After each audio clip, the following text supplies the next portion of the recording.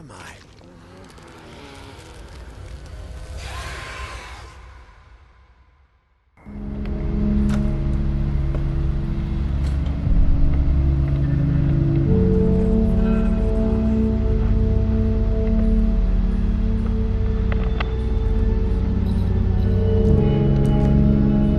It seems horror games have been leaning towards either the first person or the over-the-shoulder view in the last 20 years or so, with complete disregard for what used to be one of the fundamental base of the horror genre: fixed camera angles. Even Capcom, who basically popularized the classic ways of the survival horror, is now guilty of preferring both first-person view and over-the-shoulder, basically anything but fixed camera. So if you want a good horror game with that classic camera style, where to look?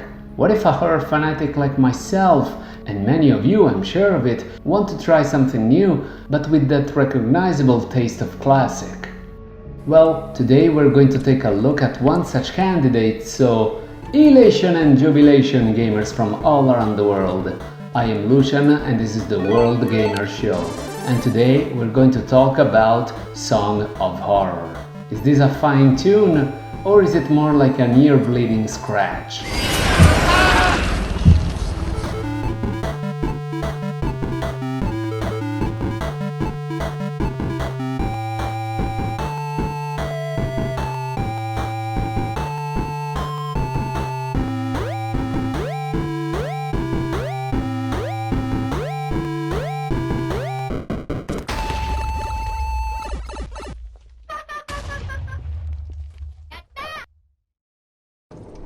What was that?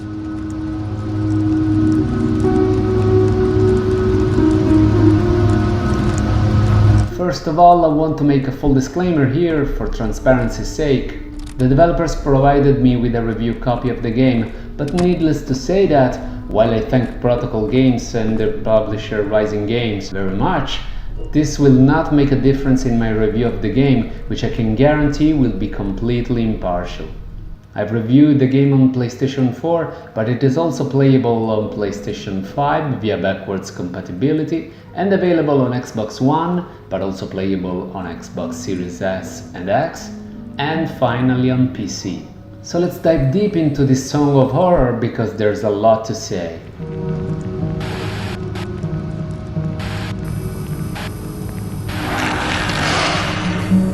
Song of Horror was initially released on PC via Steam in an episodic format.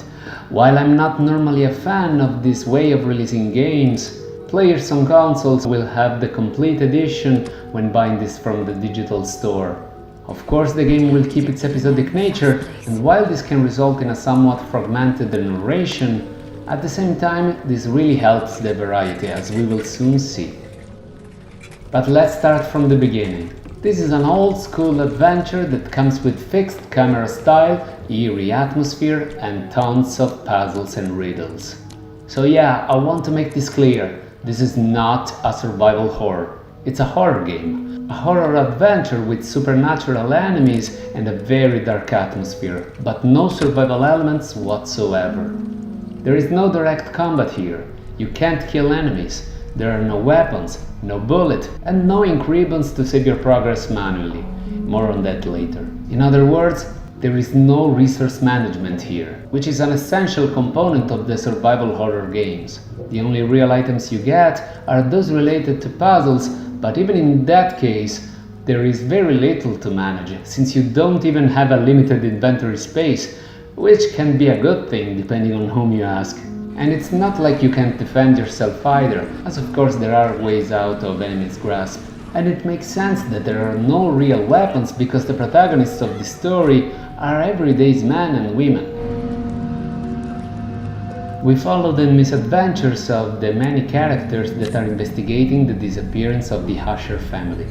It all started with the vanishing of acclaimed writer Sebastian P. Usher and that of his family. Whoever tries and investigates about this mysterious chain of events is also taken by the horrifying and omnipresent creature simply known as the Presence.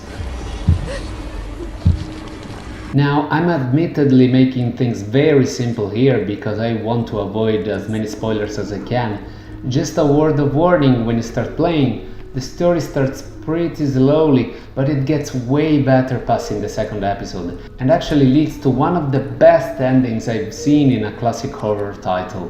So whenever you feel it starts dragging on a little bit, keep pushing because it's really rewarding later on. Well, anyway, if a plot about missing people sounds a little bit formulaic up to this point, it's because it kind of is. But again, this title has actually many aces up its sleeves to keep you hooked, and are mostly related to the peculiar insertion of some roguelike elements in this typical horror context. First, the presence will make sure that events can change dynamically throughout the episodes, so that each playthrough feels at least somewhat different. More on that later. Another unique aspect is the permadeath. You see, there are more than 10 playable characters in this game, and whenever one dies, it stays dead. But you can still keep on playing with the rest of the characters. The only exception is Daniel, the protagonist, whose death means the restart of the episode, even if there are other characters left alive. Each episode will present a different set of protagonists, including some returning ones from previous episodes if they manage to survive. There is even a mechanic that allows you to collect once again all the items that your previously fallen character left when he or she died. While in a proper roguelike game, retrieving the previously lost items is not essential to progress through the game, after all it's usually just loot, in this case it actually is essential, because the items left are usually key items. I must admit that I'm not normally a fan of this kind of mechanics, but if there is one genre where it actually makes a lot of sense to have it, this is certainly the horror genre. In fact, even the original survival horror, the legendary Sweet Home for the Famicom, the precursor to the Resident Evil games also developed by Capcom, had a pretty similar permadeath mechanic. Anyway, for people who see this as a deal breaker, just know that you can turn this off. Even though the developers literally beg you not to do it. It's funny. But it makes sense, as this game was balanced completely around this permadeath mechanic. But it's really good that they still left the option to turning it off for those who really can't stand it, but still want to play the game. And again, I think it makes sense in this horror context, as it adds immensely to the tension. The only thing I can complain about is that some deaths seem really cheap. Especially in cases in which you're actually given the option of doing something that might seem stupid, but the curiosity to see the results is so much that you might end up doing it and losing a character for that inconsiderate gesture. After all, we gamers have always been taught to interact with anything, so this goes against every instinct in gaming. But that's the geniality of it. You need to be careful in this horror game, just as if you were in a real horror situation. But yeah, if you're curious like a cat, I suggest you to simply do a playthrough with the permadeath turned off, but only after you've completed the game at least once. Especially because once you get to know the characters, you will grow attached to them, and the fact that they can die permanently takes its weight, because, well, you will never see them again.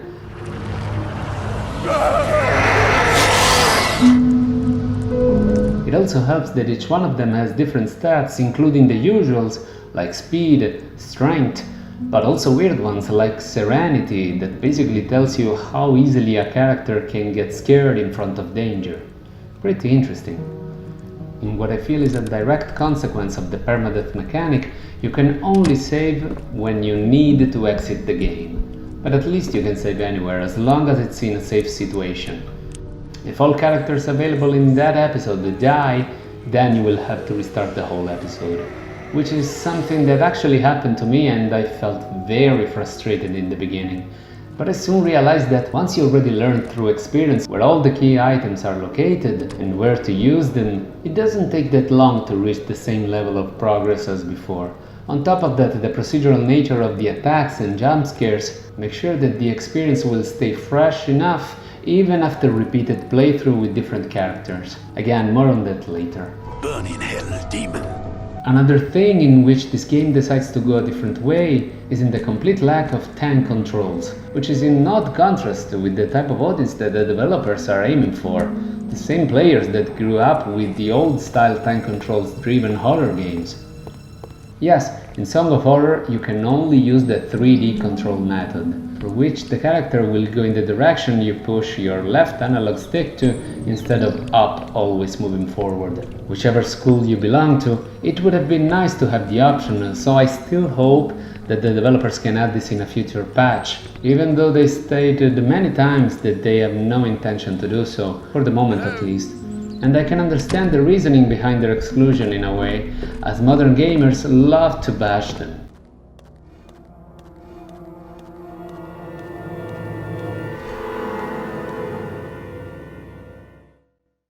That's disgusting. But it still feels incoherent to make a traditional old-school horror game aimed at old-school horror fans and not having at least the option of using tank controls.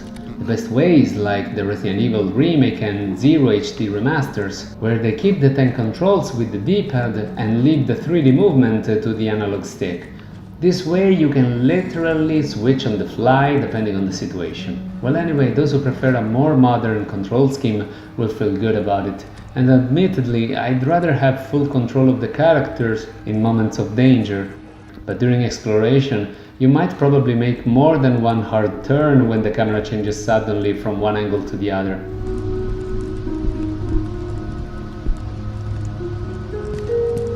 There are also other things that this game does differently.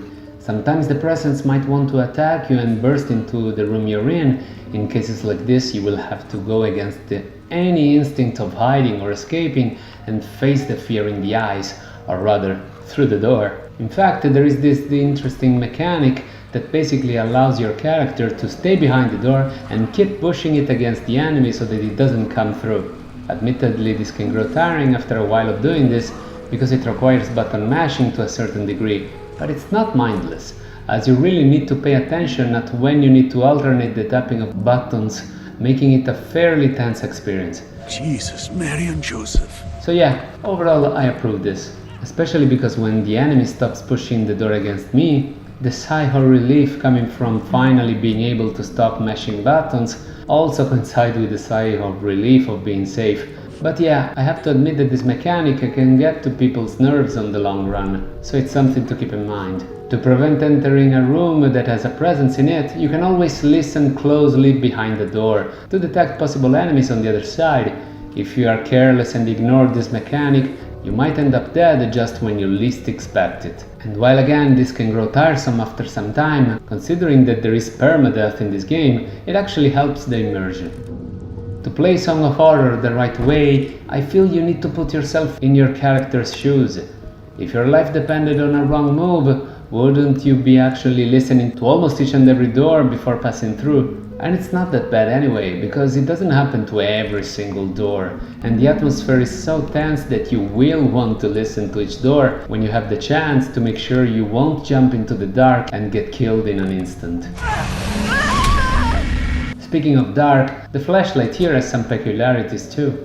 Your light source, whether it be an actual flashlight or a candle, depending on the character you play as, can be pointed at any direction you want by using the right analog stick. This actually reminded me more of the 4th episode of the Alone in the Dark series, called The New Nightmare. That too allowed you to point your light in different directions, allowing items to glow and be highlighted. It's more or less the same here, but in Song of Horror items can be interacted only when the light has been pointed directly at them. On top of that, just like Alone in the Dark, The New Nightmare, and unlike more modern horror games, the flashlight here can be used without any limitations, so no batteries or matches needed. If you think this is a positive aspect or not, it will depend on your way of seeing things. It can be detrimental to the tension that the developers clearly aim to create, but at the same time can spare you many frustrating moments in the dark, having to backtrack to find batteries or matches. I personally see it as a positive, as there is already enough backtracking in relation to the puzzles. But the flashlight not only does have a practical use, but it also contributes immensely to the atmosphere. Come to think of it, the atmosphere is probably the best aspect of the game, certainly my favorite. The environment feels dark and alive, with feeble sources of light around that give authenticity to the environment. It all has a certain Lovecraftian mood, and clearly Lovecraft has been a huge inspiration for the team at Protocol Games, and they certainly did no effort in trying to hide it. And why should they? Even the difficulty selection screen sees Lovecraft's name along with other illustrious writers like Edgar Allan Poe as the main options. There is even an option to adjust the size of the on-screen text, which, if you have been following my channel long enough, you know is something I love to see, because I strongly believe that the font size used in today's games is often way too small. Or is it just me? Am I just old? I guess I am. And there will be a lot of reading too, because in typical horror games fashion, there's a ton of documents hanging around and tons of stuff to examine, which will trigger the usual descriptive message at the bottom of the screen. I just wish the movement input didn't instantly delete those messages, because I often don't have enough time to read them, and I'm usually pressing the analog stick for moving around, so, well, minor nitpick really, but still. The actual script is very elegantly written and further confirms the huge influence that the classic horror writers had on the developers. Again. Another Friday evening and I'm working as an errand boy. I suppose they're too important over at Wake Publishers to come looking for jolly old Husher themselves. This is also seen in the architecture of the location you will visit, which can be pretty intricate at times.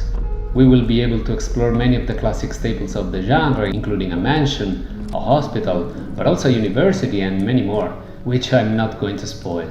There are 5 episodes in total, so I still want to leave you with a decent margin of surprise in this regard. This really helps pushing the variety, which is something the genre usually lacks, but also keeps a little bit of backtracking, another staple of the genre, because each episode has its own location and set of places which will need to be revisited way more than once and will keep you quite busy. I'm also glad to see that each point of interaction is discreetly highlighted by a white dot, making it feel more like a point-and-click adventure game, but at least this way you won't need to spend hours in trial and error like in the old days.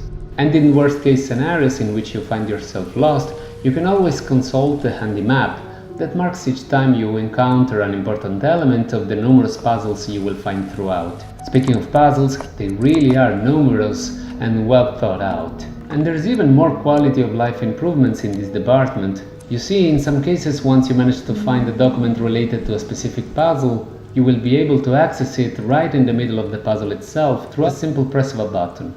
Whereas in most other games, you usually need to go out of the puzzle screen and reach the document screen to consult it, wasting precious time, and it feels quite unhandy to be honest. So that's one more plus.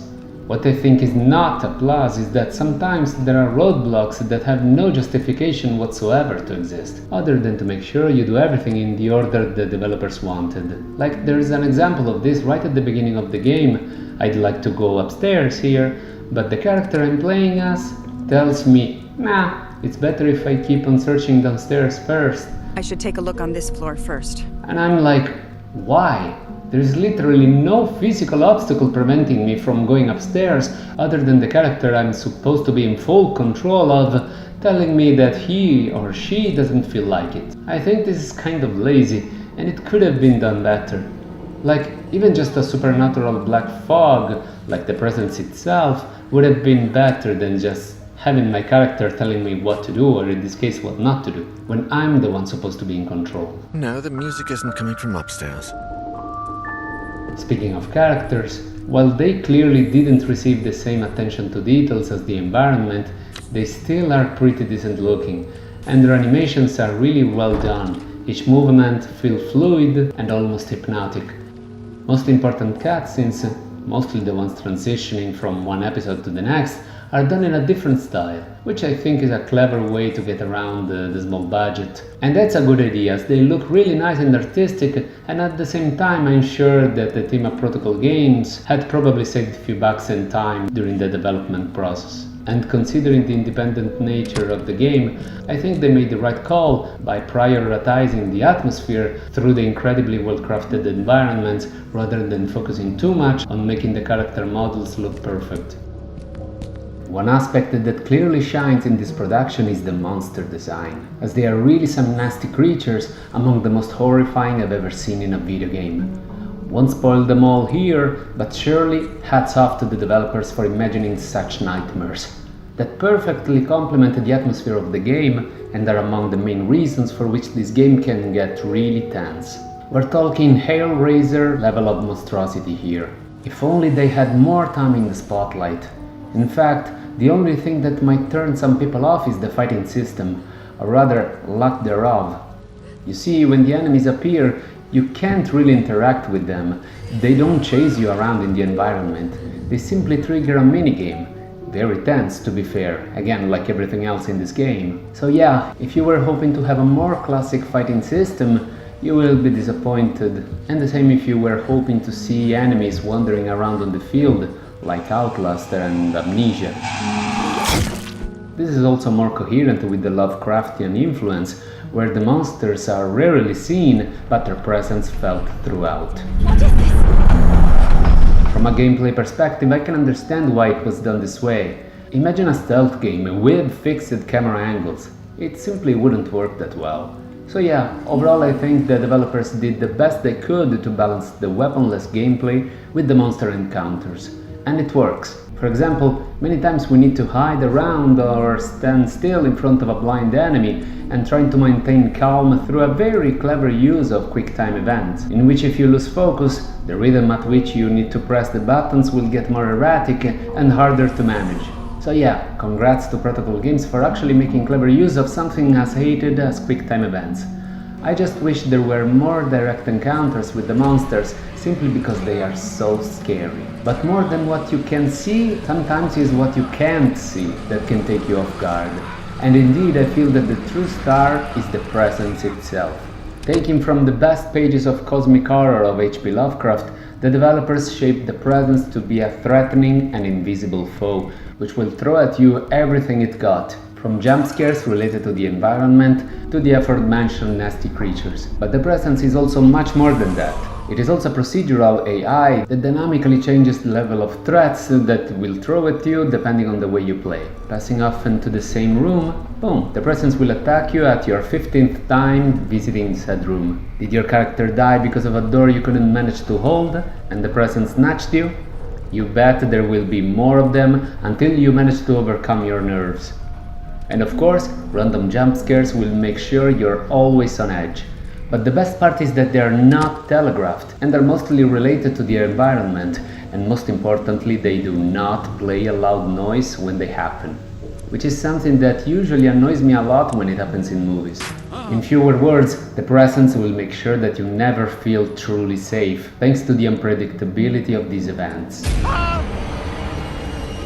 My lord, the darkness is coming.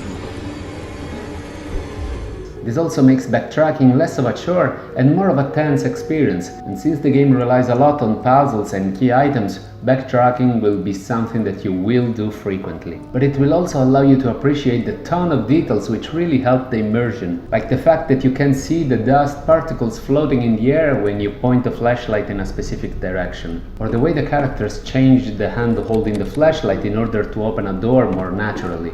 It's this kind of level of details that can make a difference in a context like this. However, part of this is ruined by some of the weirdest graphical glitches I've seen, like this one. They're not really that common, to be fair, but when they happen, they can really put you out of the experience. Which is a pity because, again, technically this isn't a bad game. And while some loadings can last quite a little, especially in the beginning, once you're in the game, there is hardly ever any loading, so that you can focus on exploring and, well, staying alive for as long as possible. Thank God it stopped. Speaking of longevity, each episode can be completed in roughly 3 to 4 hours, depending on your skill, so it actually has a very decent longevity overall. Also, there's a huge replayability factor in Song of Horror, which will make completionists very happy, as they try and do the perfect run with all characters alive. At the same time, the presence AI will make sure that no playthrough is exactly the same as the last. From the sound department, the music is pretty good, with delicate but eerie ambient tunes that set the mood, and some sinister soundscapes to send chills down your spine.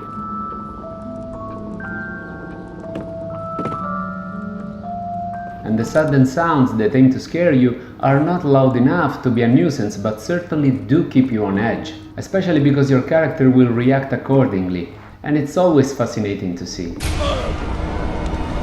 It really helps to strengthen the bond between you and your avatar. The voice acting is also pretty decent overall, even if some performances are better than others admittedly. But it all comes together well to complement the graphics, and hugely contributes to create the most unnerving experience. Sorry, who is this? I can't understand you. We can't leave my room. What the?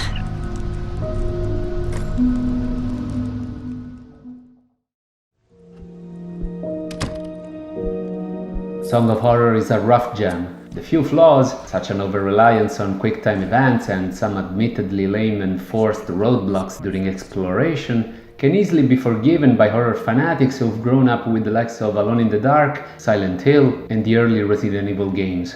It does enough things right and differently to feel fresh in some ways, while also staying true to the cult classics of the genre.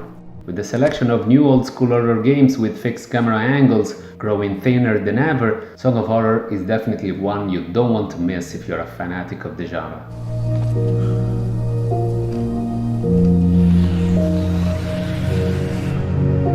But this is just my opinion, so now I want to know yours. Write down in the comments. What do you think of this game? Will you try it out? Did you play it already? Would you like to see more games in this style with fixed camera angles? Don't be shy and write it all down in the comments. I'd also like to thank you for watching and remind you that if you're into horror games, I've covered many others, including of course the likes of the Resident Evil series, but also other independent productions like Daymar 1998. So feel free to check out those as well. In the meantime, I want to thank you again, and I will be seeing you in my next videos, but until then, stay safe, play safe, world gamers.